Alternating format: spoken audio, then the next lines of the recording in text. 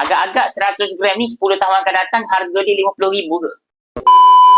Alhamdulillah, saya dah ada akaun Public Gold. Baru ni saya buka akaun untuk anak yang berumur 4 bulan. Alhamdulillah, tahniah puan dekat Public Gold sekarang ni tuan-puan, bukan sekadar orang yang berusia, yang dewasa, yang remaja sahaja boleh simpan emas. Baby pun boleh simpan emas. Saya rasa pada bulan April hari tu, itulah bulan yang paling ramai parent-parent pergi buka akaun emas untuk anak-anak. Tuan-puan nak tahu tak kenapa? Sebab baru lepas raya. Bila lepas raya ni tuan-puan, duit raya anak-anak banyak, tak tahu nak letak mana. Better mereka buka akaun emas Jack Junior dan masukkan duit raya anak-anak ke dalam tu. Sebenarnya tuan-puan untuk anak-anak ni sangat bagus lah. Sebab apa? Sebab dia boleh jadikan sebagai simpanan jangka masa panjang. Tuan-puan bayangkan kos pendidikan hari ni, dia bukan makin lama makin kurang, makin murah, makin lama makin mahal.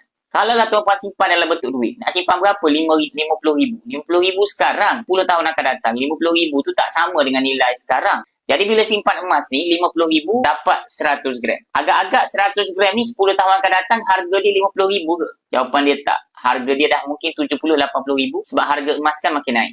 Sama je tuan-puan, saya simpan 3 tahun, tak sampai 3 tahun, setahun lebih, 100 gram ni. Dulu beli RM32,000, hari ni tengok harga dah dekat RM50,000. Jadi itulah kelebihan menabung emas di Public Gold. Jadi siapa-siapa yang dekat sini, nak saya bantu simpan emas di Public Gold, boleh isi beg biru dekat bawah, nanti saya akan hubungi untuk bantu macam mana cara nak menabung emas.